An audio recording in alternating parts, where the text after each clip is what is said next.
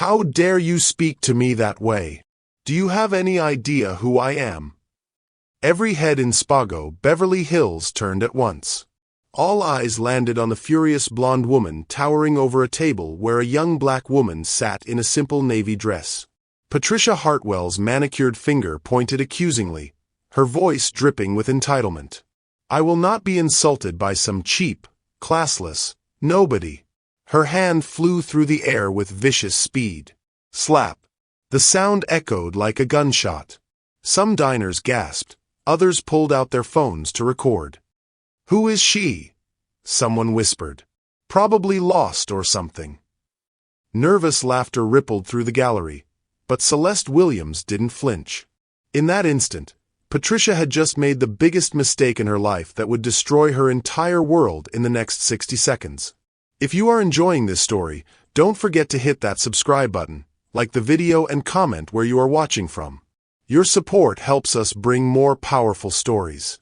And trust me, you won't want to miss them. Did you just put your hands on my wife? My wife! Now, let's continue. The late afternoon sun filtered through the tall windows of the Bel Air mansion on October 15, 2024, casting golden light across the marble floors of the master bedroom. Celeste Williams stood before her walk-in closet, running her fingers along the fabric of a simple navy blue dress. At 28, she possessed an understated beauty that needed no enhancement. Warm brown skin that seemed to glow from within, expressive dark eyes framed by naturally long lashes, and a gentle smile that had first captured her husband's heart 3 years ago. This one feels right, she murmured to herself, pulling the modest knee-length dress from its hanger. The fabric was quality cotton, well-tailored but unpretentious, exactly the kind of clothing that made her feel most comfortable. From the adjoining bathroom came the sound of running water as Adrian Williams finished his shower. At 35, Adrian commanded attention wherever he went. 6 feet 2 inches of confident presence, with the kind of sharp intelligence in his green eyes that had built an empire worth over $2 billion. His tech company, Nexus Innovations, had revolutionized cloud computing, but right now his mind was focused entirely on the evening ahead. Celeste, darling, are you ready? Adrian's voice carried from the bathroom, warm with the slight Boston accent that emerged when he was relaxed. Our reservation at Spago is at 7:30. Celeste glanced at the digital clock on the nightstand. 6:45 p.m. She slipped into the navy dress, appreciating how the fabric moved naturally with her body. As she fastened the simple silver necklace Adrian had given her for their second anniversary, she caught her reflection in the mirror. The woman looking back at her seemed caught between two worlds, the girl who had grown up in a tiny apartment in Detroit, and the wife of one of America's wealthiest men. Adrian emerged from the bathroom, adjusting his charcoal gray suit jacket. He looked every inch the successful businessman, from his perfectly styled dark hair to his Italian leather shoes. When he saw Celeste, his expression shifted slightly, love mixed with gentle concern. You look beautiful, he said, crossing to where she stood. His hands found her waist, pulling her close. You always do. Celeste heard the unspoken, but, in his tone. They'd had this conversation before, always gently, always with love, but it lingered between them like morning fog. I know what you're thinking, she said softly, straightening his tie even though it didn't need adjusting. You want me to wear the Valentino dress. Adrian's thumb traced along her cheek. I want you to wear whatever makes you happy. It's just. He paused, choosing his words carefully. Spago attracts a certain crowd. People judge first and ask questions later. I don't want anyone to treat you poorly because they don't understand who you are. Celeste's heart clenched. This was the eternal struggle of their marriage. Adrian's protective instincts warring with her need to remain true to herself. She understood his concern. In their world of charity galas and business dinners, appearance often mattered more than substance. But the thought of transforming herself into someone unrecognizable felt like betraying the woman he'd fallen in love with. I'll change, she said quietly, but Adrian caught her hand as she moved toward the closet. No. His voice was firm but tender. I fell in love with the woman who wore a $15 dress to our first coffee date and made it look like $1 million. Don't change for anyone, not even me. The memory brought a smile to both their faces. That autumn day 3 years ago when they'd met at a small cafe in Westwood seemed like a lifetime ago. Celeste had been working as a literacy coordinator for underprivileged children, barely scraping by on her non-profit salary but rich in purpose. Adrian, taking a rare break from his demanding schedule, had been immediately drawn to her passionate discussion about educational inequality with the barista. "Are you sure?" Celeste asked, searching his face. "I'm sure." Adrian kissed her forehead. "You're perfect exactly as you are." 20 minutes later, they were seated in Adrian's midnight blue Bentley, gliding through the tree-lined streets of Beverly Hills. The autumn evening was warm for October, typical of Southern California's stubborn resistance to seasonal change. Celeste watched the elegant shops and restaurants pass by, each more exclusive than the last. "Nervous?" Adrian asked, noticing her quiet demeanor. "A little," she admitted. "I always feel like I'm wearing a costume in places like this." Adrian reached across the center console to take her hand. "You belong everywhere I belong. Don't let anyone make you feel otherwise." His words were meant to comfort, but Celeste couldn't shake the feeling that tonight would test that belief. As they pulled up to Spago Beverly Hills, with its understated elegance and reputation as a haven for Hollywood's elite, she took a deep breath and prepared to enter a world that still felt foreign despite 3 years of marriage. The valet opened her door with practiced efficiency, and Celeste stepped onto the sidewalk in her comfortable flats and simple dress. Around them, other patrons were arriving in luxury vehicles, the women draped in designer gowns and glittering jewelry that caught the restaurant's warm lighting. Mrs. Williams, the maitre d', greeted them warmly as they entered. "Your usual table is ready." The dining room buzzed with the low murmur of expensive conversations and the gentle clink of fine crystal. Celeste followed Adrian to their table, aware of the subtle glances from other diners. Some looked curious, others dismissive. She'd learned to read these expressions over the years, the way people's eyes would slide over her simple appearance before focusing entirely on Adrian. "Relax," Adrian whispered as they settled into their seats. "You're the most beautiful woman in this room, and more importantly, you're the kindest." Before Celeste could respond, Adrian's phone buzzed urgently. He glanced at the screen and frowned. "It's the Tokyo office," he said apologetically. "The Yamamoto deal. There's been a complication. I need to take this." Celeste nodded understandingly. Even on their date nights, Adrian's responsibilities as CEO sometimes intruded. "Go ahead.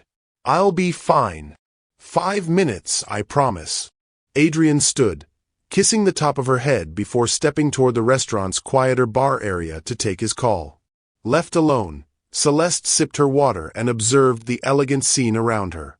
The soft lighting cast everything in a warm glow, and the quiet conversations created an atmosphere of refined intimacy. She was just beginning to relax when she noticed a woman at a nearby table staring at her with undisguised hostility. The woman was perhaps 45, with professionally styled blonde hair and the kind of sharp-featured beauty that suggested extensive cosmetic enhancement. She wore a white designer dress that probably cost more than most people's monthly salary, and her jewelry caught the light with every disapproving gesture she made to her dinner companions. "What do you think you're looking at?"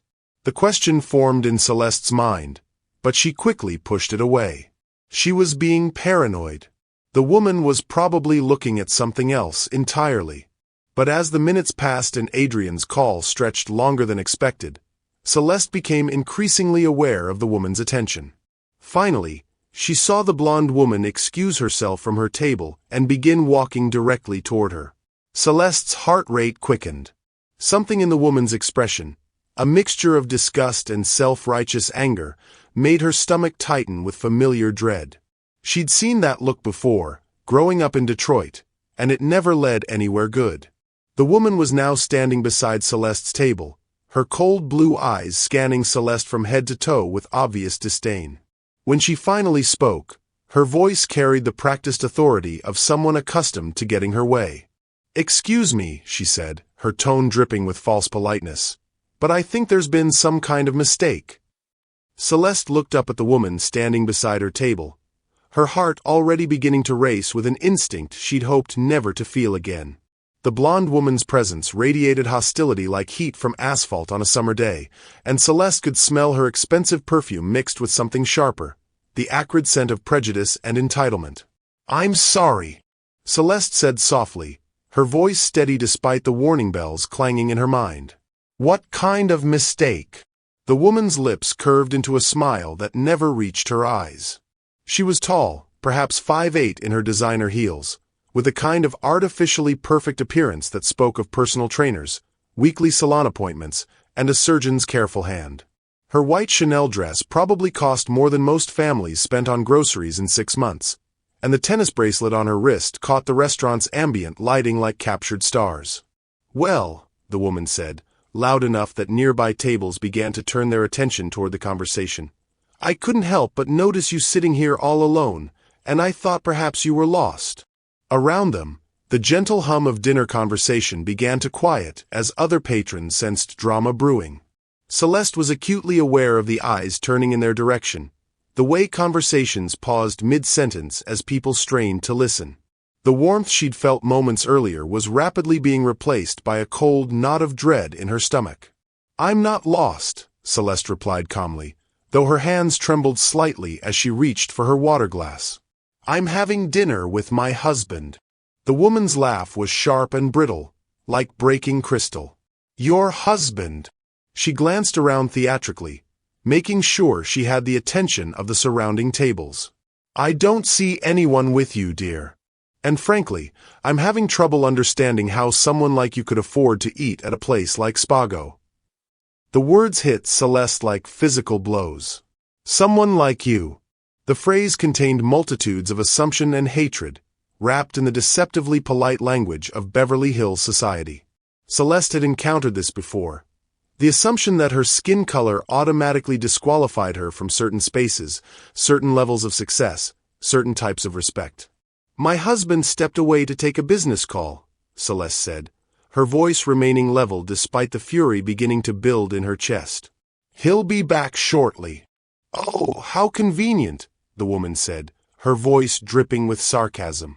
"A mysterious husband who's conveniently absent."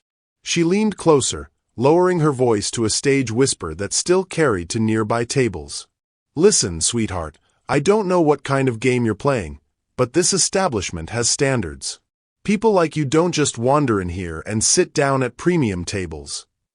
Celeste felt heat flood her cheeks. The phrase, "people like you," hung in the air between them like a toxic cloud. Every eye in their section of the restaurant was now focused on their exchange, and Celeste could see the mixture of curiosity, discomfort, and unfortunately, agreement on some of the watching faces. "I have every right to be here," Celeste said, her voice growing firmer.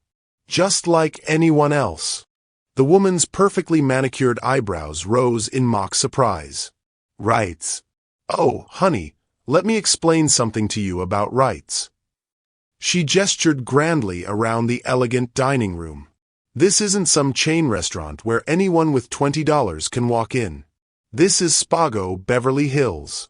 Do you have any idea what it costs to eat here? Do you know who comes here?" Celeste's hands clenched in her lap. She thought of Adrian's words in the car, "You belong everywhere I belong." But sitting here now, facing this woman's venom while her husband was absent, those words felt fragile as spun glass. "I know exactly where I am," Celeste said quietly. "And I know I have every right to be here." "Rights don't pay for $30 appetizers," the woman snapped, her veneer of politeness finally cracking completely. "And they certainly don't make you belong in places like this. Look at yourself." Her eyes raked over Celeste's simple navy dress with undisguised contempt. "That dress probably came from Target. Those shoes look like something from Payless. You're completely out of your league here." The cruelty in the woman's voice was breathtaking. Celeste felt tears threatening at the corners of her eyes, but she blinked them back furiously. She would not give this woman the satisfaction of seeing her cry. "My clothes don't determine my worth," Celeste said, surprised by the strength in her own voice. "And they certainly don't give you the right to judge me." "Worth?" The woman laughed again, the sound like breaking bones. "Let me tell you about worth, dear. I'm Patricia Hartwell. My husband owns half the commercial real estate in Beverly Hills. We donate more to charity in a year than you probably make in a decade. I know everyone who matters in the city, and I can guarantee you that none of them would appreciate having their evening disrupted by someone who clearly doesn't understand proper social boundaries." Patricia Hartwell. The name meant nothing to Celeste, but the way Patricia pronounced it suggested it should command immediate respect and deference. Around them, Celeste could hear whispered conversations as other diners tried to figure out what was happening. "I'm not disrupting anyone's evening," Celeste said. "I'm simply having dinner." "No," Patricia said, her voice rising slightly. "You're making everyone uncomfortable. Look around you. Do you see anyone else dressed like they're going to the grocery store? Do you see anyone else who looks like they belong here as little as you do?" The words were carefully chosen daggers, each one designed to wound. Celeste felt her confidence crumbling under the assault, felt herself shrinking back into the scared little girl she'd been growing up in Detroit, the one who'd learned early that there were places she wasn't welcome simply because of the color of her skin. "I think you should leave," Patricia continued, her voice now carrying the authority of someone accustomed to having her commands obeyed, "before you embarrass yourself any further. This isn't the kind of place where you can just walk in and pretend to be something you're not." "I'm not pretending to be anything," Celeste said, but her voice was weaker now, shaken by the sustained attack on her dignity. "Oh, please," Patricia said with a dismissive wave of her hand. "We both know what this is. You saw an opportunity to sneak into a fancy restaurant, probably hoping to catch the attention of some wealthy man who might be impressed by your little charade. Well, let me save you the trouble.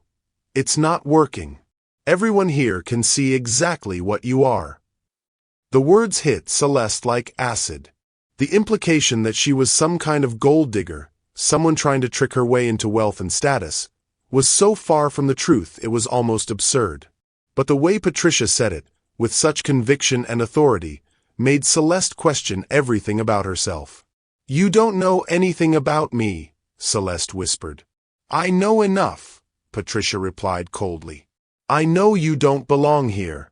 I know you're making everyone uncomfortable with your presence. And I know that the longer you sit there pretending to be something you're not, the more pathetic you look." Patricia leaned closer then, her voice dropping to a venomous whisper that only Celeste could hear. "Let me make this simple for you. Leave now, quietly, and maybe you can salvage what's left of your dignity. Keep sitting there, and I'll make sure everyone in this restaurant knows exactly what kind of person you really are." The threat hung in the air between them like a loaded weapon. Celeste felt trapped, cornered by a predator who seemed to take genuine pleasure in her discomfort. Every instinct told her to stand up and walk away, to escape this nightmare before it got worse. But something deeper, something stronger, kept her seated. Maybe it was the memory of Adrian's words about belonging everywhere he belonged. Maybe it was the thought of all the time she'd been forced to back down, to make herself smaller, to accept less than she deserved.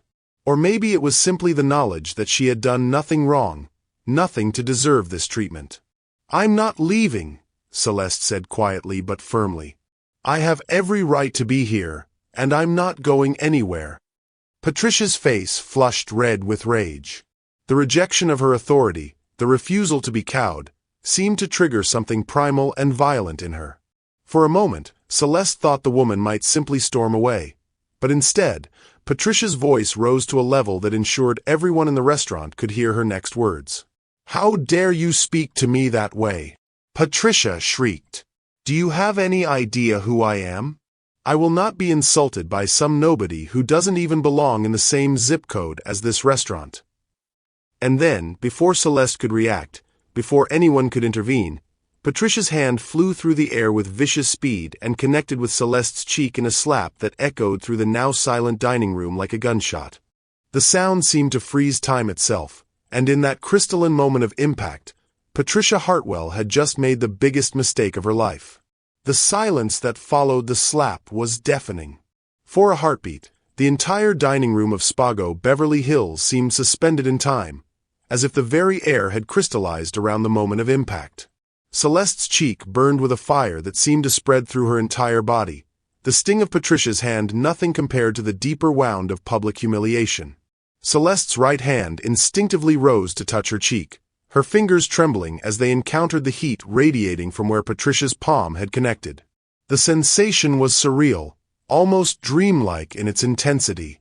She could taste copper in her mouth where her teeth had cut the inside of her lip, and her left ear rang with a high-pitched whine that made the world sound muffled and distant.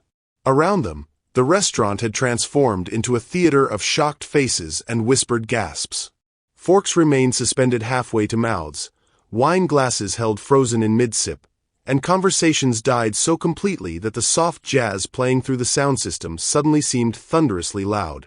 Every eye in the dining room was fixed on their table, some faces showing horror, others displaying the kind of morbid fascination people felt when witnessing a car accident. Patricia Hartwell stood over Celeste like a conquering general, her chest heaving with righteous indignation and her blue eyes blazing with satisfaction. Her perfectly manicured hand was still slightly raised from the blow, and there was something almost feral in her expression, as if the act of violence had released something primitive and savage within her. "There," Patricia said, her voice carrying clearly across the silent dining room. "Maybe now you'll understand that actions have consequences. You can't just waltz into places where you don't belong and expect to be treated like you matter." Celeste felt tears building behind her eyes, but she refused to let them fall. Not here. Not in front of this woman and all these staring faces. The humiliation was overwhelming, a crushing weight that seemed to press down on her from all sides. Part of her wanted to run, to flee this nightmare and never look back. But a deeper part, the part that had survived growing up poor in Detroit, the part that had worked 3 jobs to put herself through college, refused to give Patricia the satisfaction. "You hit me," Celeste said, her voice barely above a whisper but somehow carrying clearly in the absolute silence of the restaurant. The words felt strange coming out of her mouth, as if speaking them made the assault real in a way that the physical sensation hadn't. "I defended myself," Patricia replied coldly, smoothing down her white Chanel dress as if the act of violence had somehow disheveled her perfectly maintained appearance. "You were being aggressive and threatening. Everyone here witnessed it." The lie was so blatant, so completely divorced from reality, that Celeste felt a new kind of shock wash over her. Patricia was actually rewriting history in real time, attempting to transform herself from aggressor to victim even as Celeste's cheek continued to throb with pain. "I never threatened you," Celeste said, her voice growing stronger despite the tears that threatened to spill over. "I was sitting at my table, eating dinner. You approached me. You attacked me." "Oh, please," Patricia scoffed, turning to address the watching crowd as if they were a jury she needed to convince.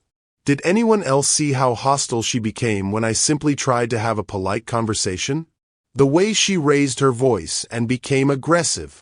A few of the nearby diners shifted uncomfortably in their seats, their eyes darting between Patricia and Celeste. Celeste could see the calculations happening behind their eyes, the way they were weighing social status and appearances against truth. Patricia's expensive clothes, her confident demeanor, her obvious wealth and social connections carried weight in this world that Celeste's simple dress and quiet dignity simply couldn't match. "She was perfectly polite," said a voice from a table near the window. An elderly man with kind eyes and graying hair had spoken up, his voice cutting through Patricia's attempted narrative like a knife. "I saw the whole thing. This young lady never raised her voice or acted aggressively. You, madam, were the one who approached her table uninvited." Patricia's face flushed red with anger at this contradiction to her story. "I don't know what you think you saw, but this woman was clearly out of line. She doesn't belong here, and everyone knows it." "What I know," the elderly man replied firmly, "is that I just watched you assault someone half your size for no reason other than your own prejudice." Other diners began to murmur among themselves, the spell of shocked silence finally breaking. Celeste could hear fragments of conversation floating around her. Did she really just hit her? Over what? I couldn't hear what they were saying. That poor girl. She looks terrified. Patricia Hartwell always was a piece of work. The last comment made Patricia whip around, her eyes scanning the room to identify who had spoken. I'll have you know that my family has been part of this community for generations, she announced loudly. We don't need lectures about proper behavior from people who clearly don't understand the social dynamics at play here. Celeste slowly rose from her chair, her legs shaky but her resolve hardening. The movement drew every eye back to her, and she could feel the weight of their attention like a physical force. Her cheeks still burned, and she was certain there would be a mark, but something inside her had shifted. The scared little girl from Detroit was gone, replaced by a woman who had survived too much to be broken by Patricia Hartwell's cruelty. Social dynamics. Celeste repeated, her voice clear and strong. Is that what you call racism and assault? The word racism seemed to electrify the room. Several diners gasped audibly, and Patricia's face went from flushed red to pale white in an instant. How dare you, Patricia hissed. How dare you play the race card when you're the one who doesn't belong here? This has nothing to do with race and everything to do with class and proper behavior. You told me people like me don't belong here, Celeste said, her voice growing stronger with each word. You judged me based on my appearance and decided I wasn't worthy of basic human respect. You attacked me because you thought I was powerless to fight back. What would you call that? I would call it reality, Patricia snapped back. Some people understand their place in the world, and some people need to be reminded of it. You clearly fall into the second category. The cruelty in Patricia's words was breathtaking. Even some of the diners who had initially seemed sympathetic to Patricia's position were now looking uncomfortable with her continued aggression. The elderly man who had spoken up earlier was shaking his head in disgust. Where is the manager? Patricia suddenly demanded, turning away from Celeste to scan the restaurant. I want this woman removed immediately. She's creating a disturbance and making threats. As if summoned by her words, a nervous-looking man in a perfectly pressed suit appeared at their table. He was clearly the restaurant manager, his face pale with the horror of having a public scene unfold in his establishment. His eyes darted between Patricia and Celeste, clearly trying to assess the situation and determine the best course of action. Mrs. Hartwell, he said carefully, perhaps we could discuss this matter privately in my office? There's nothing to discuss privately, Patricia replied imperiously. This woman doesn't belong here, and I want her removed. Now. The manager's eyes flicked to Celeste, taking in her simple dress, her obvious distress, and the red mark on her cheek that was already beginning to darken. Ma'am, he said gently, perhaps I could arrange for you to be seated in a different section of the restaurant? The suggestion felt like a knife in Celeste's heart. Even the manager, faced with clear evidence of assault, was ready to move her rather than confront Patricia. The injustice of it made her feel sick.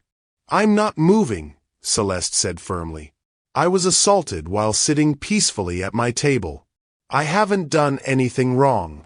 She's being dramatic, Patricia interjected. I barely touched her, and I only did so because she was becoming aggressive and making me feel threatened. The mark on her face suggests otherwise. The elderly man called out from his table. And I'd be happy to testify to that fact if necessary. Patricia whirled around to face him again. No one asked for your opinion, old man. This is between me and this woman who thinks she can con her way into places she doesn't belong. Con. Celeste repeated, the word hitting her like another slap. What exactly do you think I'm trying to con? Please, Patricia said with a dismissive laugh.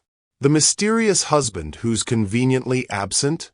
The sob story about belonging here? We both know what this is. You're probably hoping to seduce some wealthy man, or maybe you're planning to sue the restaurant for some imagined slight. Either way, your little scheme isn't going to work. The accusation was so outrageous, so completely divorced from reality, that Celeste felt her anger finally override her shock and pain. This woman had not only physically assaulted her but was now attacking her character and integrity in front of a room full of strangers. "You don't know anything about me," Celeste said, her voice ringing with authority that surprised even her. "You made assumptions based on prejudice and ignorance, and when I didn't submit to your bullying, you resorted to violence. That says everything about your character and nothing about mine." Patricia's face contorted with rage. "Character? Don't lecture me about character when you're sitting here playing dress-up in a restaurant you could never afford, spinning lies about husbands who don't exist." It was at that moment, as Patricia's voice reached its peak of vicious triumph, that the soft murmur of the crowd suddenly stopped entirely. Celeste saw Patricia's eyes widen slightly as she registered something behind Celeste, and when Celeste turned to see what had captured everyone's attention, her heart nearly stopped. Adrian was walking toward their table, his face a mask of controlled fury that Celeste had never seen before. His green eyes were locked on Patricia with an intensity that made several nearby diners instinctively lean away from their path. Every step he took seemed to charge the air with electricity, and Celeste could practically feel the temperature in the room drop several degrees. Patricia, however, seemed to interpret his approach differently. A smile of vindication spread across her face as she assumed he was coming to support her position. "Thank God," Patricia said loudly enough for everyone to hear. "Finally, someone with authority. Sir, please tell this woman that she needs to leave immediately. She's been causing nothing but trouble since she arrived." Adrian stopped directly beside Celeste, his eyes never leaving Patricia's face. When he spoke, his voice was quiet but carried such menace that it seemed to echo off the walls. "Did you just put your hands on my wife?" The words hung in the air like a thunderclap, reverberating through the stunned silence of Spago Beverly Hills with devastating clarity. Patricia Hartwell's triumphant smile froze on her face, then slowly melted away as the meaning of Adrian's words penetrated her consciousness. Her mouth opened and closed soundlessly, like a fish suddenly yanked from water, while her eyes darted between Adrian's imposing figure and Celeste's tear-stained face. Your wife," Patricia stammered, her voice barely above a whisper. The color drained from her face so rapidly that her expertly applied makeup stood out like war paint against suddenly pale skin. Adrian stepped closer to Celeste, his hand moving to rest protectively on her shoulder. The gesture was gentle when directed toward his wife, but his eyes remained fixed on Patricia with the cold intensity of a predator studying prey. At 6 feet 2 inches and radiating barely contained fury, he seemed to fill the entire space around their table. "My wife," Adrian repeated, his voice gaining volume and steel with each syllable. "Celeste Williams. The woman you just assaulted in front of a room full of witnesses." The collective gasp from the surrounding diners was audible. Heads turned and whispers exploded like popcorn as the magnitude of Patricia's mistake began to register throughout the restaurant. Several people pulled out their phones, some clearly Googling Adrian's name while others appeared to be texting frantically. "Adrian Williams," someone whispered loudly enough to be heard. "Oh my God, that's Adrian Williams from Nexus Innovations. The billionaire tech guy? She hit a billionaire's wife." Patricia's legs seemed to give out slightly, and she gripped the back of a nearby chair for support. The blood had completely drained from her face, leaving her looking almost ghostly under the warm restaurant lighting. Her perfectly manicured hand trembled as she pressed it to her throat. I didn't know," Patricia whispered, then immediately seemed to realize how that sounded. "I mean, she didn't look like—" "Like what?" Adrian's voice cut through her, stammering like a blade. He moved slightly, positioning himself more fully between Patricia and Celeste, his body language screaming protection and barely restrained violence. "She didn't look like she deserved basic human respect. She didn't look like she belonged in the same space as you." Every word Adrian spoke seemed to land on Patricia like a physical blow. She flinched with each question, her eyes darting around the restaurant as if looking for an escape route. But there was nowhere to run. Every table, every face, every pair of eyes was focused entirely on their confrontation. The restaurant manager, who had been frozen in horror since Adrian's arrival, suddenly sprang into action. "Mr. Williams," he said, his voice shaking slightly, "I am so terribly sorry. If I had known Mrs. Williams was your wife, this never would have." "If you had known—" Adrian turned his attention to the manager, and the man actually took a step backward. "Are you suggesting that my wife deserved to be treated this way because you didn't recognize her? That assault is acceptable as long as the victim isn't wealthy enough." "No, sir, absolutely not," the manager said quickly, sweat beading on his forehead despite the restaurant's comfortable temperature. "I meant no disrespect. We have the highest regard for all our guests." "Clearly not all your guests," Adrian said coldly, his hand moving to gently touch the red mark on Celeste's cheek. The tender gesture, so at odds with the fury radiating from every other part of his body, made several women in the dining room gasp audibly. Patricia seemed to find her voice again, though it came out as more of a croak. "I had no idea who she was. She was dressed so casually. How was I supposed to know?" The words were perhaps the worst thing she could have said. Adrian's eyes, which had been cold before, now turned absolutely arctic. When he spoke, his voice was so quiet that people at nearby tables had to strain to hear him, but the menace in his tone was unmistakable. "So you admit that you judged my wife based on her appearance? You decided that because she wasn't wearing expensive enough clothes, she didn't deserve respect. You thought that because she chose to dress modestly, she was somehow less worthy of basic human dignity." "That's not what I meant," Patricia said desperately, but her voice lacked any conviction. Everyone in the restaurant could see the truth written across her face. "Then what did you mean?" Adrian asked, his voice still dangerously quiet. "Explain to me, Mrs. Hartwell, exactly what gave you the right to approach my wife, berate her, humiliate her in public, and then put your hands on her." The use of her name seemed to shock Patricia even further. She clearly hadn't expected Adrian to know who she was, and the realization that he did seemed to add another layer of terror to her already overwhelming panic. "We've never been introduced," Patricia said weakly. "How do you know my name?" "I make it my business to know everyone who matters in this city," Adrian replied. "And more importantly, I make it my business to know everyone who might pose a threat to my family. Your husband, Gregory Hartwell, owns Hartwell Properties. Your family has significant investments in several businesses throughout Beverly Hills. You sit on the board of 3 different charities and consider yourself a pillar of this community." Each fact Adrian recited seemed to drain more color from Patricia's face. The realization that he knew exactly who she was, that this wasn't some random encounter with a stranger, was clearly terrifying her. "You also," Adrian continued, his voice growing harder, "have a reputation for exactly this kind of behavior. This isn't the first time you've used your perceived social status to bully people you consider beneath you. But it's going to be the last." The threat was unmistakable, and Patricia seemed to shrink physically under the weight of it. Around them, the restaurant had become completely silent except for the soft jazz still playing through the sound system, creating a surreal soundtrack to the unfolding drama. "Please," Patricia whispered, her voice breaking.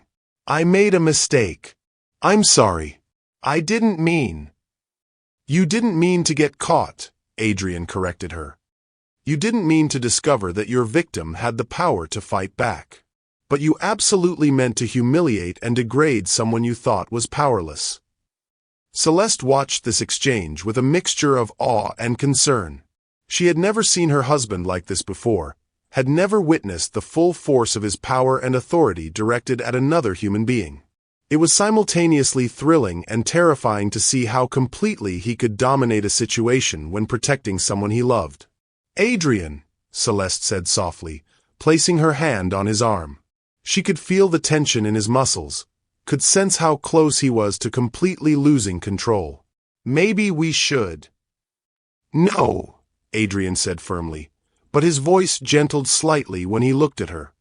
"You were assaulted, sweetheart, in public, by someone who thought you couldn't fight back. That's not something we're going to quietly ignore." He turned his attention back to Patricia, who was now openly crying, her perfect makeup running in black streaks down her cheeks. "Mrs. Hartwell, you have exactly one opportunity to explain yourself. Why did you think it was acceptable to put your hands on my wife?" Patricia's mouth opened and closed several times before any sound came out. When she finally spoke, her voice was barely audible. She didn't look like she belonged here. I assumed.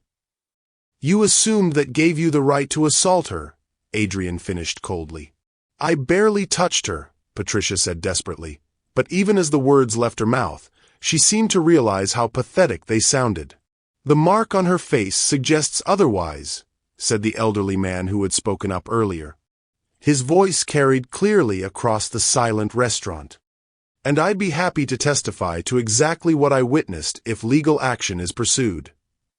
The mention of legal action seemed to hit Patricia like a physical blow. She swayed on her feet, gripping the chair even tighter to keep from falling. Legal action, she whispered. You can't. I mean, surely we can work this out privately. Between civilized people. Civilized people don't assault others in restaurants, Adrian replied. Civilized people don't judge others based on their clothing or skin color. Civilized people don't assume that wealth gives them the right to treat others as less than human.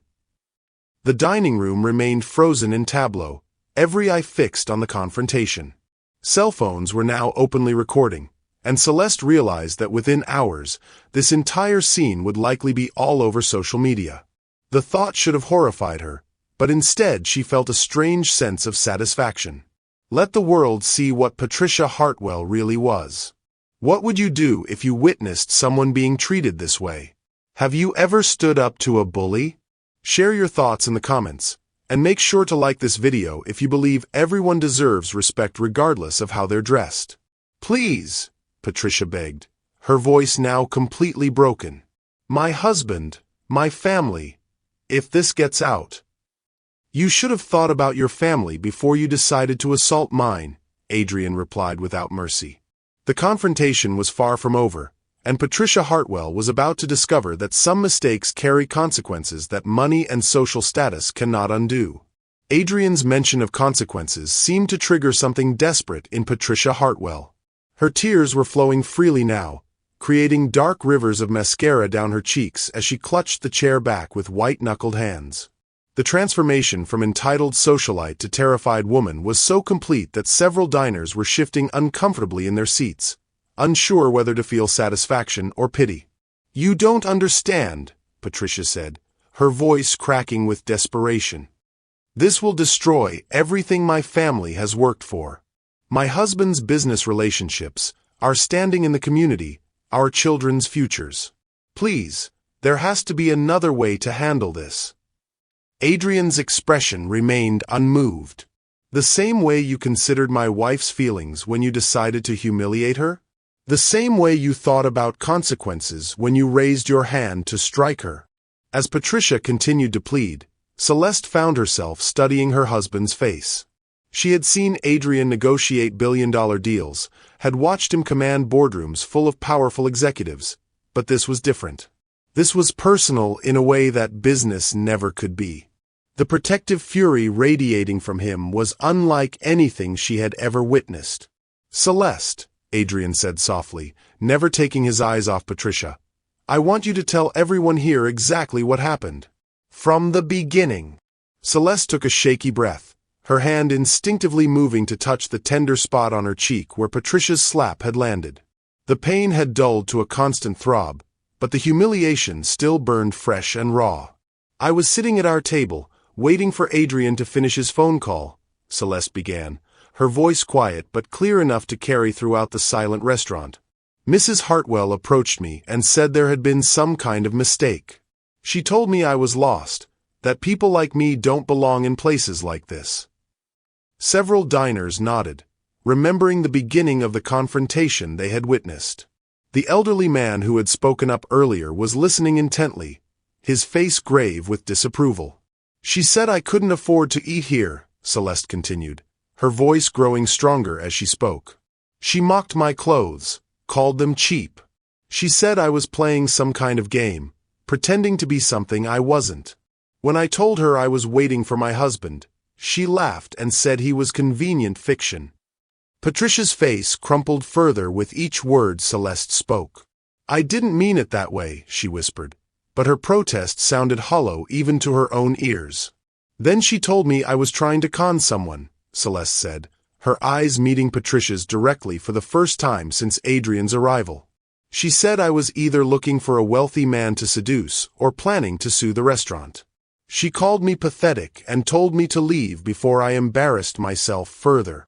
The collective intake of breath from the surrounding diners was audible. Even those who hadn't heard the entire confrontation were beginning to understand the depth of Patricia's cruelty. And when I refused to leave, Celeste continued, her voice never wavering, when I told her I had every right to be here, she became furious. She started screaming about how dare I speak to her that way, about knowing my place. And then she hit me. The simple recounting of events seemed to have more impact than any dramatic flourish could have achieved. The facts spoke for themselves, laying bare the ugliness of Patricia's actions in stark, undeniable terms. Adrian moved closer to his wife, his hand finding hers and squeezing gently. What my wife isn't telling you, he said, his voice carrying easily through the restaurant, is that this kind of treatment isn't new to her. She's faced this kind of prejudice and assumptions her entire life. Celeste looked up at her husband in surprise. They had talked about her past, of course, but Adrian had never spoken about it publicly before. She could see something shifting in his expression, a decision being made. My wife grew up in Detroit, Adrian said, his voice filled with pride and love that stood in stark contrast to the fury still simmering beneath the surface. Her mother worked 3 jobs to keep food on the table after her father died when Celeste was 8 years old. Celeste herself worked from the time she was 14, helping to support her family while maintaining straight A's in school. Patricia's sobbing had quieted slightly as she listened, perhaps beginning to understand the magnitude of her misjudgment. She put herself through Wayne State University, Adrian continued, working nights at a diner and weekends at a laundromat. She graduated summa cum laude with a degree in education and dedicated her life to helping underprivileged children learn to read. When I met her 3 years ago, she was making $28,000 a year and donating half her vacation time to volunteer literacy programs. The picture Adrian was painting stood in such sharp contrast to Patricia's accusations that several diners were shaking their heads in disgust. The woman Patricia had dismissed as a gold digger and con artist was revealed to be someone who had dedicated her life to service and education. She has never asked me for anything, Adrian said, his voice growing softer but no less intense. When I proposed, she insisted on keeping her job for 6 months because she didn't want to abandon her students mid-semester. When we married, she donated her entire wardrobe to a women's shelter because she said other people needed the clothes more than she did. Celeste felt tears welling up in her eyes, but these were different from the tears of humiliation she had fought back earlier. These were tears of love and gratitude for a husband who saw her so clearly, who understood her so completely. The dress she's wearing tonight? Adrian gestured toward Celeste's simple navy outfit. She chose it specifically because she wanted to be comfortable, because she doesn't believe in wasting money on expensive clothes when that money could be used to help people who actually need it. She has a closet full of designer gowns that I've bought her, but she prefers to dress like the woman I fell in love with. The woman who would rather spend $1,000 feeding hungry families than buying a handbag. Patricia's legs finally gave out completely, and she sank into the chair she had been gripping. Her perfect facade had completely crumbled, leaving behind a broken woman who was beginning to understand the true cost of her actions. Mrs. Hartwell, Adrian said, turning his full attention back to Patricia, you judged my wife based on her skin color and her clothes. You decided that because she didn't look wealthy enough for your standards, she didn't deserve basic human respect. You assaulted her because you thought she was powerless to fight back.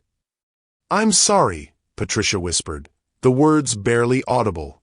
I'm so sorry. I never meant. I didn't know. You didn't know that she was married to someone who could destroy you? Adrian asked coldly. Or you didn't know that she was a human being who deserved better treatment regardless of her circumstances. The distinction was brutal in its clarity, and Patricia seemed to realize that any answer she gave would only make things worse for her. 3 years ago, Adrian continued, his voice taking on a different tone, I was sitting in a coffee shop in Westwood, burned out from work and questioning whether anything I was building actually mattered. I overheard a conversation between my wife and a barista about literacy rates in low-income communities. Celeste was so passionate, so knowledgeable, so completely committed to making a difference that I found myself eavesdropping. A small smile played at the corners of Adrian's mouth as he recalled the memory. She was wearing a $15 dress from Target and shoes that had clearly been resold multiple times. She was beautiful, but more than that, she was real in a way I'd never encountered before. When I finally worked up the courage to introduce myself, she spent 20 minutes talking about her students before she even asked what I did for work. The love in Adrian's voice was unmistakable, and Celeste felt her heart swelling with emotion. Even in the midst of this confrontation, he was telling their love story. When she found out I was worth more money than she could imagine, Adrian continued, her first question wasn't about my house or my cars or my lifestyle. She asked if I would consider funding a literacy program for at-risk children. She cared more about my potential to help others than my ability to provide for her. Patricia was crying openly now, her hands covering her face as the full weight of her mistake crashed down on her. Around them, diners were wiping away tears of their own, moved by the story of genuine love and partnership that Adrian was sharing. That, Adrian said, his voice hardening again as he looked directly at Patricia, is the woman you just assaulted. That is the person you decided wasn't worthy of respect. And now you're going to learn what happens when someone attacks my family. The promise of consequences hung in the air like storm clouds, and Patricia Hartwell was about to discover that her nightmare was just beginning. The raw emotion in Adrian's voice as he spoke about their love story seemed to shift something fundamental in the atmosphere of Spago Beverly Hills. The anger and tension that had dominated the scene began to transform into something deeper, more profound. Celeste watched her husband's face as he spoke, seeing not the intimidating billionaire who had just reduced Patricia Hartwell to tears, but the gentle man who had fallen in love with her passion for helping others. Adrian turned his attention fully to Celeste, his green eyes softening as they met hers. Without a word, he gently took her face in his hands, his thumbs tracing careful paths along her cheekbones as he examined the red mark Patricia's slap had left behind. His touch was feather-light, reverent, as if she were made of the most delicate porcelain. "Does it hurt badly?" he asked softly, his voice pitched low enough that only she could hear. The public confrontation seemed to fade away as he focused entirely on his wife's well-being. "It stings," Celeste admitted, leaning into his touch. "But I'm okay. Really." Adrian's jaw tightened slightly, and she could see the effort it took for him to keep his anger in check. "You shouldn't have had to endure that. Any of it. I should have been here." "You couldn't have known," Celeste said, placing her hand over his. "And I'm proud of how I handled it. I didn't back down, even when she tried to make me feel small." A smile of fierce pride crossed Adrian's face. "You were magnificent. Watching you stand up to her, refuse to be intimidated. I've never been more proud to call you my wife." Their intimate moment was interrupted by a soft clearing of throat.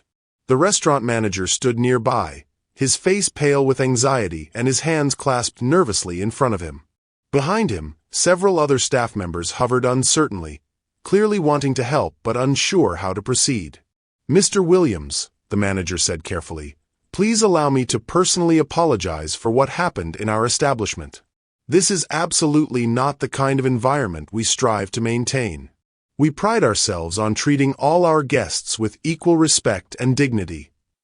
Adrian straightened but kept one protective arm around Celeste's shoulders. "Your staff isn't responsible for the actions of your customers, Robert," he said, clearly familiar with the manager. "But how you handle this situation will determine whether my family ever feels safe dining here again." The manager, Robert, nodded quickly. "Of course, sir. We want to do whatever is necessary to make this right."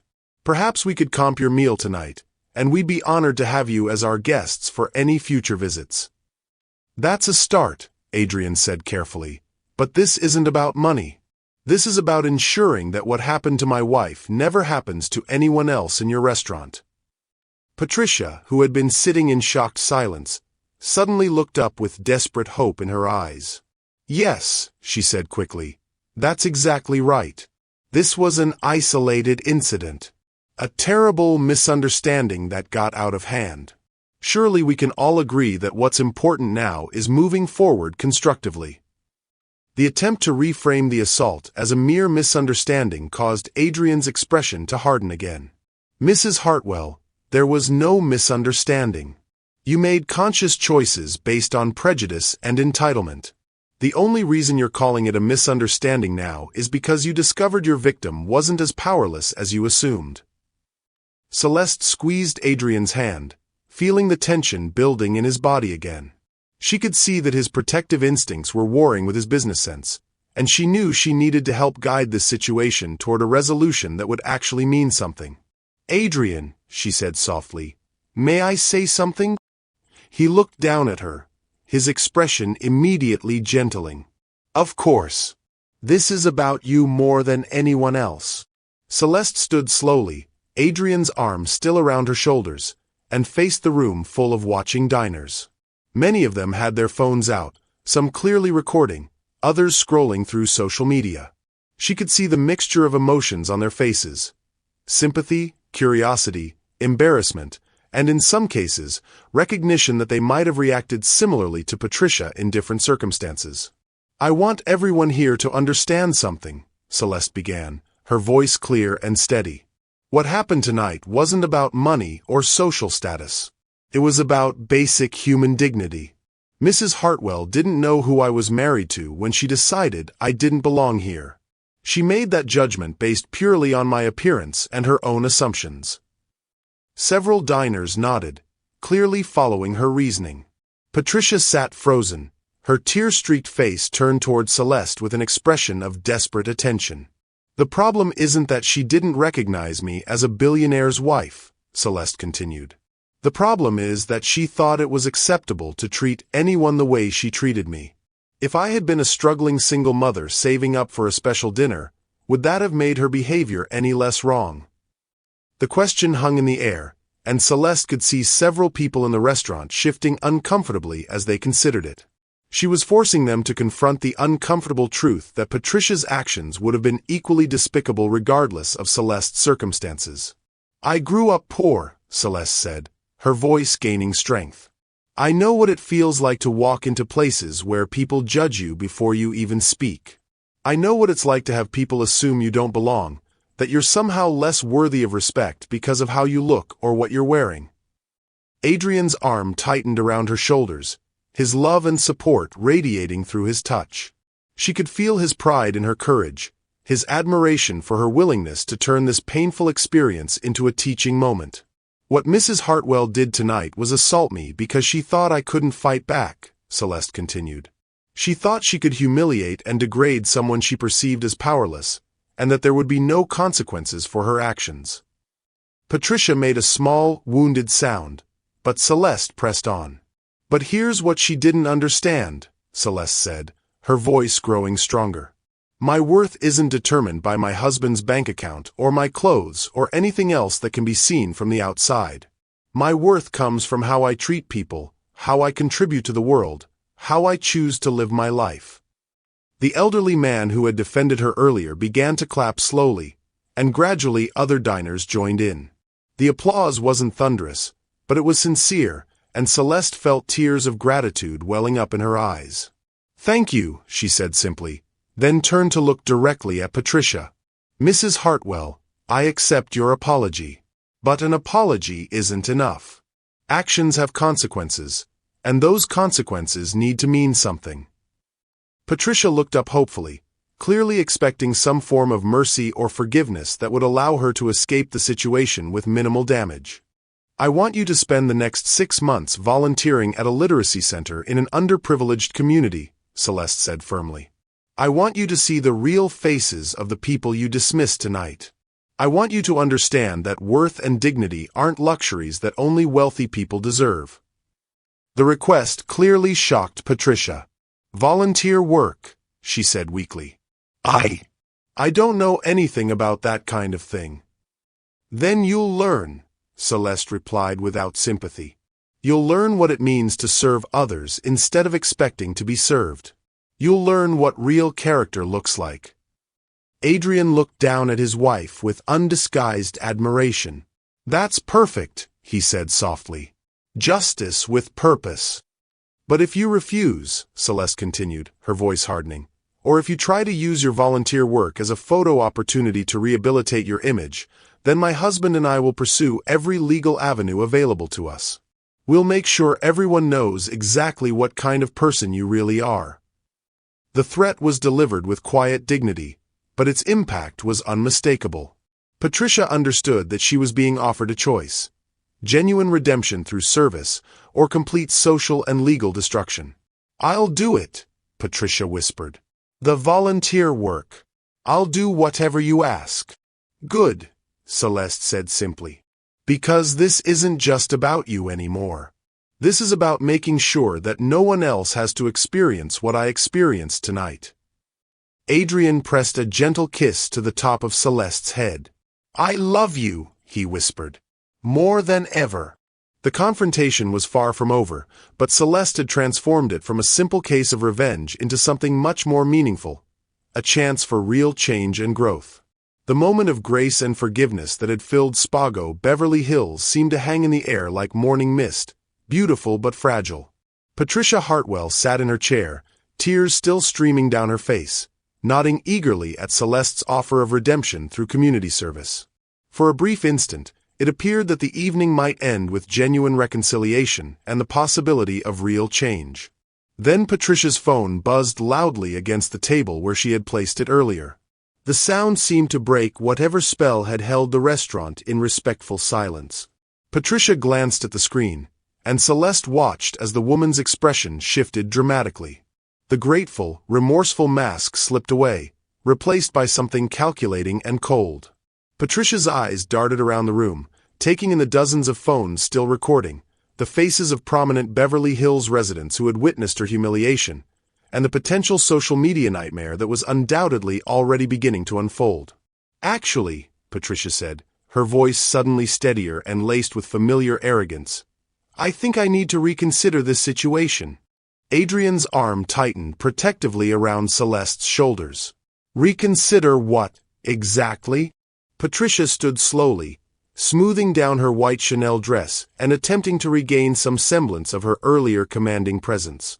The makeup streaks on her face and the obvious tremor in her hands undermined the effect, but there was a desperate determination in her voice as she spoke. "I've been sitting here listening to threats and ultimatums," Patricia said, her tone growing stronger with each word.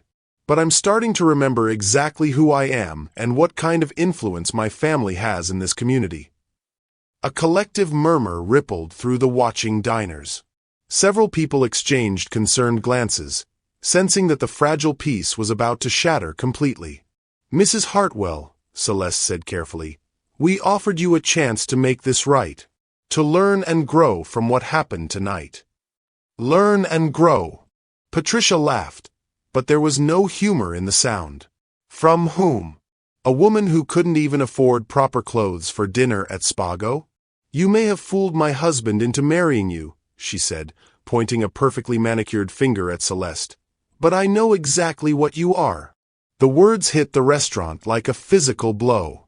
Gasps echoed from multiple tables, and Adrian went completely still beside Celeste. When he spoke, his voice was deadly quiet. "What did you just say?" Patricia seemed to draw strength from his reaction, as if his anger validated her decision to abandon any pretense of remorse. "I said what everyone in this room is thinking, but is too polite to say out loud. Your wife is a gold digger who got lucky. She played the long game, probably planned the whole thing from the moment she found out who you were." "Stop talking," Adrian said, his voice carrying such menace that several nearby diners instinctively leaned away from their table. But Patricia was beyond caution now, her panic and humiliation transforming into a desperate counterattack. "No, I won't stop talking. I've spent the last hour being lectured and threatened, but I'm done pretending this is about respect or dignity. This is about a nobody who seduced a rich man and now thinks she's untouchable." Celeste felt each word like a knife blade sliding between her ribs. The accusations weren't just cruel, they were designed to destroy the very foundation of her relationship with Adrian. Patricia was weaponizing every insecurity Celeste had ever felt about their marriage, every moment of doubt about whether she truly belonged in Adrian's world. "You know what I think happened?" Patricia continued, her voice rising as she warmed to her theme. "I think little Celeste from Detroit did her research. I think she found out exactly where wealthy men like to spend their time, and she positioned herself perfectly to seem like a chance encounter." "That's enough," Adrian said, starting to step forward, but Celeste caught his arm. "No," Celeste said quietly, her voice barely audible but somehow carrying clearly through the restaurant. "Let her finish. Let everyone hear what she really thinks." Patricia smiled triumphantly at what she interpreted as encouragement.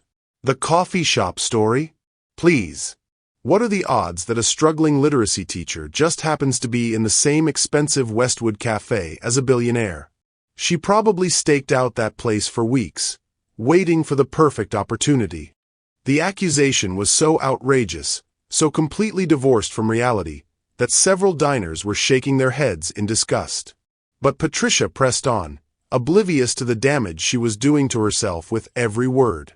"And the sob story about working 3 jobs and helping underprivileged children? Classic con artist technique. Make the mark feel like he's saving you, like he's the hero in your tragic story. Men with that much money always have savior complexes." Celeste felt her world tilting on its axis. She knew the accusations were false, knew that Adrian knew they were false, but hearing her entire life reduced to a calculated deception was devastating in ways she hadn't anticipated. The pain of it was sharp and immediate, cutting deeper than Patricia's physical slap had managed to do. "She's been playing you from day one," Patricia continued, encouraged by what she mistook for silence born of guilt rather than shock. The modest clothes, the reluctance to spend money, the whole humble routine. It's all designed to make you think she's different from other women who might want your money. "You're insane," Adrian said, his voice shaking with barely controlled rage. "Am I?" Patricia shot back.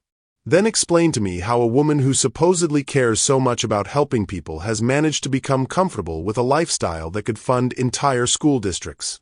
Explain how someone with such strong principles about modest living has adapted so easily to mansion parties and private jets." The questions hit Celeste like arrows finding their mark. They were twisted versions of doubts she had wrestled with privately, concerns about whether she was becoming someone she didn't recognize, whether her principles were slowly eroding under the influence of Adrian's wealth. "She's got you completely fooled," Patricia said, pressing her advantage as she saw the pain in Celeste's eyes.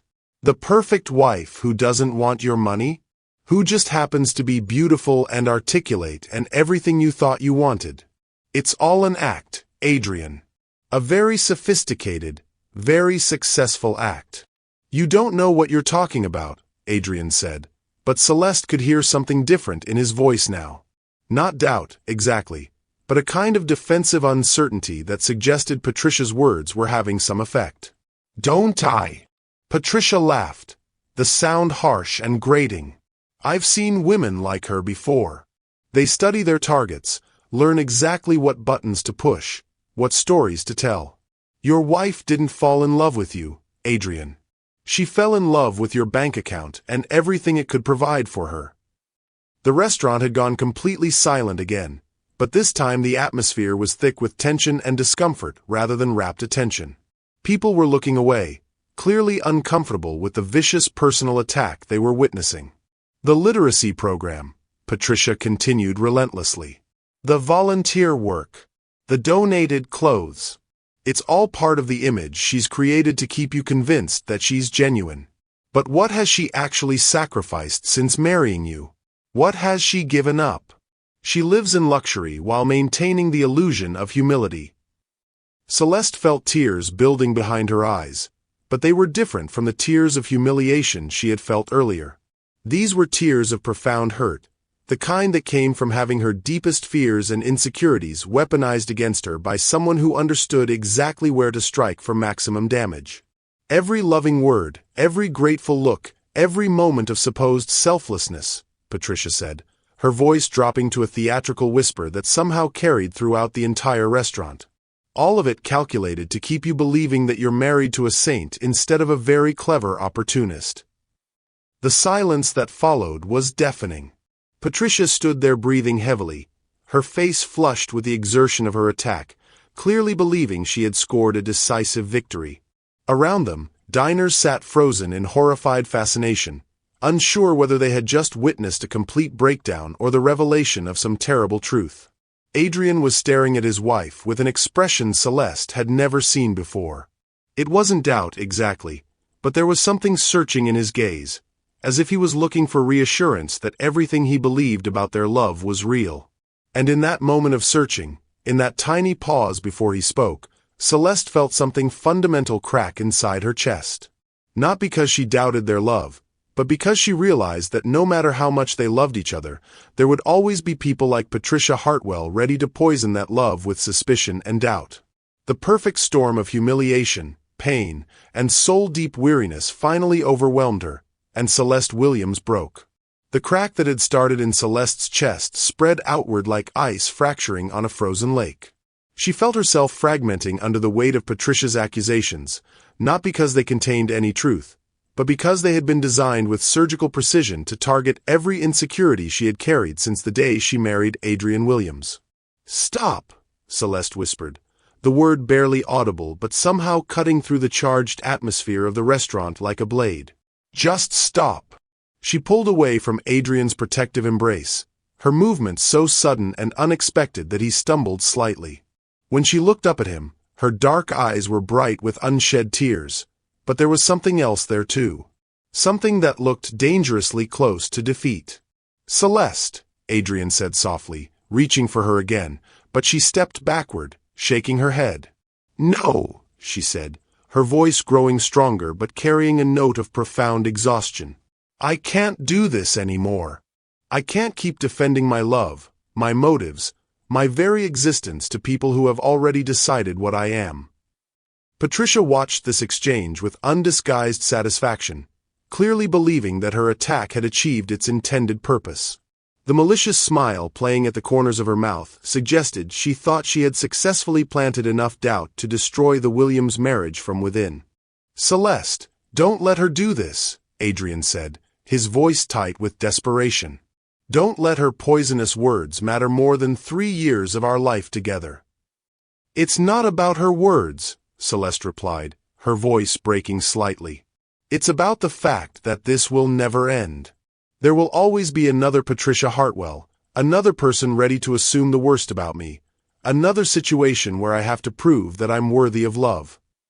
The watching diners shifted uncomfortably as they witnessed what appeared to be a marriage dissolving before their eyes. Several people had stopped recording, the voyeuristic thrill of the confrontation replaced by genuine discomfort at witnessing such intimate pain. "You don't have to prove anything to anyone," Adrian said, his voice carrying a note of pleading that made several women in the restaurant dab at their eyes with their napkins. "Not to her, not to them, not to anyone." "Don't I?" Celeste asked, gesturing toward the room full of watching faces. "Look at them, Adrian. Look at how they're watching us. Half of them are wondering if she might be right. Half of them are thinking that maybe there's some truth to what she's saying." Adrian's jaw clenched as he followed her gaze around the restaurant. She was right, and they both knew it. While most of the diners looked sympathetic or disgusted by Patricia's behavior, there were undeniably some faces that showed curiosity, speculation, and the kind of uncomfortable recognition that came from having similar thoughts. "I don't care what they think," Adrian said fiercely. "I care what you think. I care what we know to be true." "But I'm tired of fighting for that truth," Celeste said, her voice carrying 3 years of accumulated weariness. "I'm tired of walking into rooms and wondering who's going to judge me today. I'm tired of having to be perfect, having to be grateful, having to prove over and over again that I deserve to be here. Patricia, sensing an opportunity to drive the wedge deeper, spoke up from her position near the table. Finally, someone's being honest about the situation. This whole charade has been exhausting for everyone involved. Shut up, Adrian snapped without even looking at her, his entire focus concentrated on his wife. Celeste, please. Don't let her win. Don't let her destroy what we have. She's not destroying anything, Celeste said quietly. She's just forcing me to face something I've been avoiding for 3 years. The fact that I will never truly belong in your world, and I'm exhausted from trying to pretend otherwise. The admission hung in the air like a funeral shroud. Adrian looked as if she had physically struck him, his face going pale with shock and pain. That's not true, he said desperately. You belong everywhere I belong. You belong with me. Do I? Celeste asked, and the simple question contained years of doubt and struggle. Because I've spent 3 years feeling like I'm wearing a costume, trying to be someone I'm not sure I actually am. And tonight just proved that no matter how hard I try, there will always be people ready to see me as an outsider who doesn't belong. Around them, the restaurant had become completely silent. Even the soft jazz had stopped playing, leaving only the sound of Celeste's quiet voice and the occasional clink of ice in abandoned drinks. I never asked you to be anyone other than yourself, Adrian said, his voice raw with emotion. Didn't you? Celeste asked gently. Tonight, before we left the house, you wanted me to change clothes. You wanted me to dress more expensively, to look the part of a billionaire's wife. You've never demanded it, but the pressure has always been there. Adrian's face crumpled as he realized the truth in her words. I was trying to protect you. I didn't want people to treat you the way she treated you tonight. But protection isn't the same as acceptance, Celeste said softly. And I can't spend the rest of my life hiding behind expensive clothes and perfect manners, trying to armor myself against people like Patricia Hartwell. The elderly man who had defended Celeste earlier suddenly spoke up from his table. Young lady, he said, his voice carrying the authority of age and experience, if I may offer some perspective. Both Celeste and Adrian turned to look at him, along with everyone else in the restaurant. The man stood slowly, his dignity evident in every movement. I've been married for 53 years, he said, his voice clear and strong. In that time, I've learned that love isn't about belonging to someone else's world. It's about creating a world together that belongs to both of you. His words seemed to resonate through the restaurant, and Celeste felt something shift in her chest. That woman, he continued, nodding toward Patricia, attacked you because she recognized something in you that she envies. Authenticity. Genuine character. The kind of love that can't be bought or manufactured. Patricia opened her mouth to protest, but the elderly man's stern look silenced her immediately. Mrs. Williams, he said, addressing Celeste directly, I watched the entire confrontation tonight. I saw how you handled yourself with grace and dignity even when being attacked. I saw how your husband looked at you, not as an acquisition or a trophy, but as a true partner. That kind of love doesn't come from deception or calculation. It comes from recognizing something real and valuable in another person. Celeste felt tears streaming down her face, but they were different now.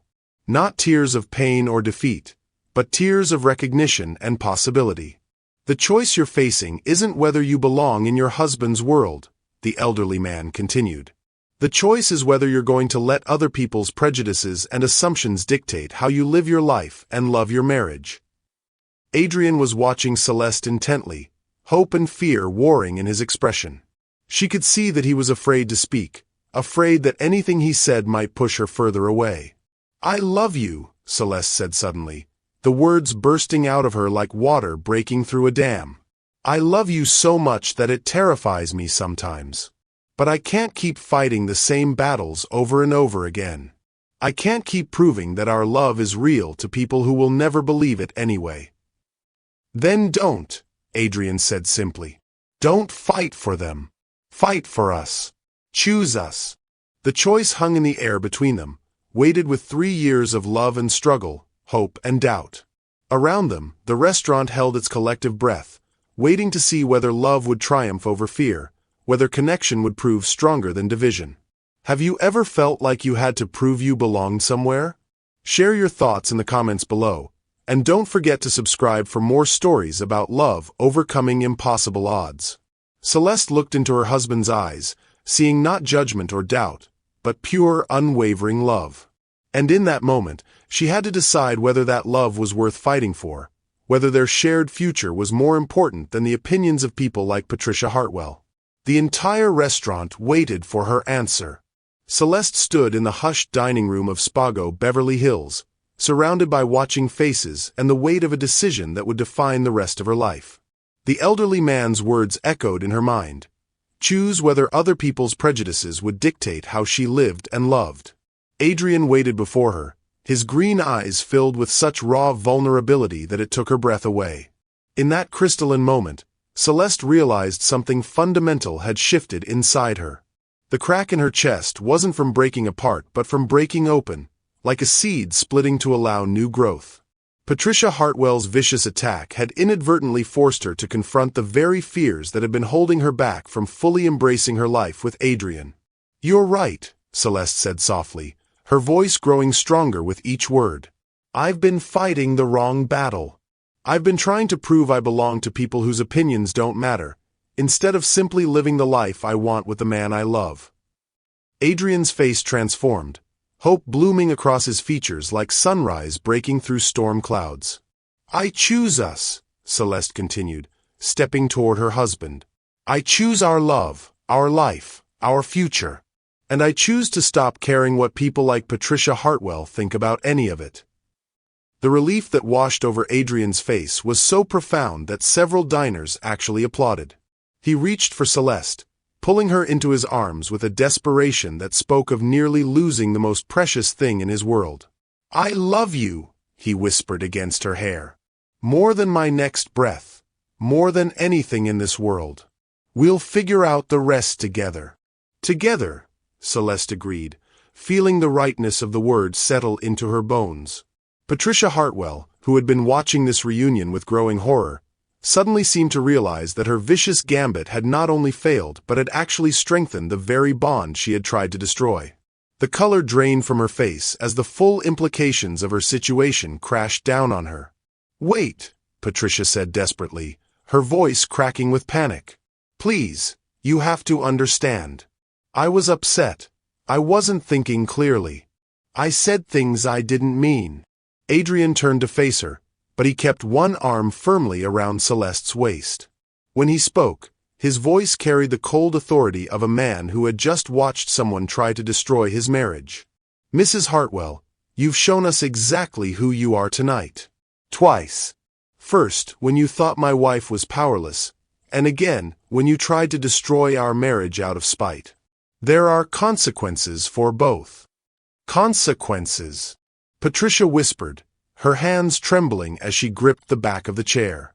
"My security team should be arriving any moment," Adrian said calmly, checking his watch.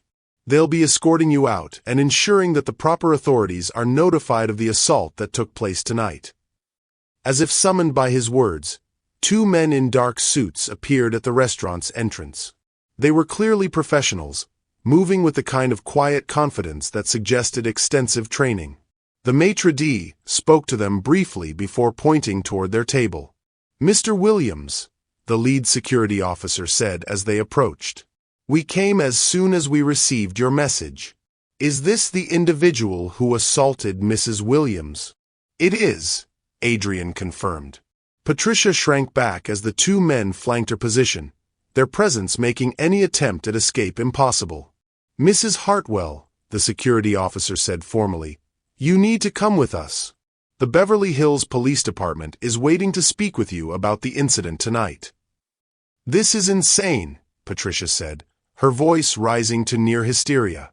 "You can't arrest me for a simple misunderstanding. My husband will sue all of you for harassment." "Your husband," Adrian said quietly, "is about to have much bigger problems than a harassment lawsuit. You see, Patricia, Gregory Hartwell Properties has been trying to secure the contract for my new headquarters building for the past 8 months. The deal was supposed to be finalized next week. Patricia's face went ashen as she realized the implication. Was supposed to be, Adrian continued. Past tense. I'll be calling Gregory first thing tomorrow morning to inform him that Nexus Innovations will be taking our business elsewhere. I suspect that losing a $200 million contract might put a strain on your family's finances. You can't do that, Patricia whispered. That contract. It's the foundation of our expansion plans. Without it, Hartwell Properties will likely face significant financial difficulties, Adrian agreed without sympathy. Perhaps bankruptcy, depending on how leveraged Gregory has become in anticipation of the deal. The restaurant manager, Robert, stepped forward nervously. Mr. Williams, if I may. Mrs. Hartwell is also a significant investor in several establishments throughout Beverly Hills. If word of tonight's incident spreads... Oh, it will spread, Adrian said firmly. I'm not interested in covering this up or protecting her reputation. Actions have consequences, and Mrs. Hartwell needs to learn that lesson thoroughly. Patricia seemed to crumple in on herself as the full scope of her predicament became clear. The assault charge was just the beginning. Her family's business empire, their social standing, their entire way of life was about to come crashing down because of her actions tonight. Please, she begged, tears streaming down her face again. I have children. They don't deserve to suffer because of my mistakes. You should have thought about your children before you decided to assault my wife, Adrian replied coldly. But since you mention them, let me be clear about something. The volunteer work my wife proposed earlier? That offer is no longer on the table. You forfeited any chance at redemption when you tried to destroy our marriage. The elderly man who had spoken earlier approached their group, his expression grave but determined. Excuse me, he said, addressing Adrian and Celeste. I don't mean to intrude, but I wanted you to know that my wife and I witnessed everything that happened tonight. We'll be happy to provide statements to the police and testify in court if necessary. Several other diners nodded in agreement, rising from their tables to offer similar support. The collective gesture of solidarity was overwhelming, and Celeste felt tears of gratitude welling up in her eyes. Thank you, she said simply. All of you. Thank you for seeing the truth and being willing to stand up for it. As Patricia was led away by security, still pleading for mercy that would not come, Adrian turned his full attention back to his wife. The crisis was over, but he could see that she was emotionally exhausted from the ordeal. Let's go home, he said gently. I think we've had enough excitement for one evening. Celeste nodded, but as they prepared to leave, she paused and looked around the restaurant one final time.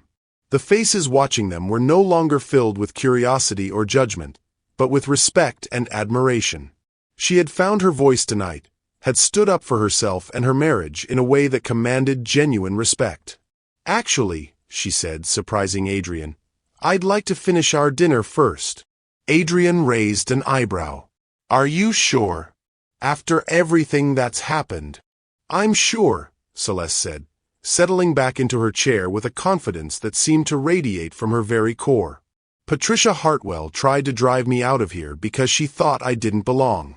I'm not going to let her succeed, even partially. We came here to have dinner together, and that's exactly what we're going to do. Adrian's smile was brilliant as he took his seat across from her.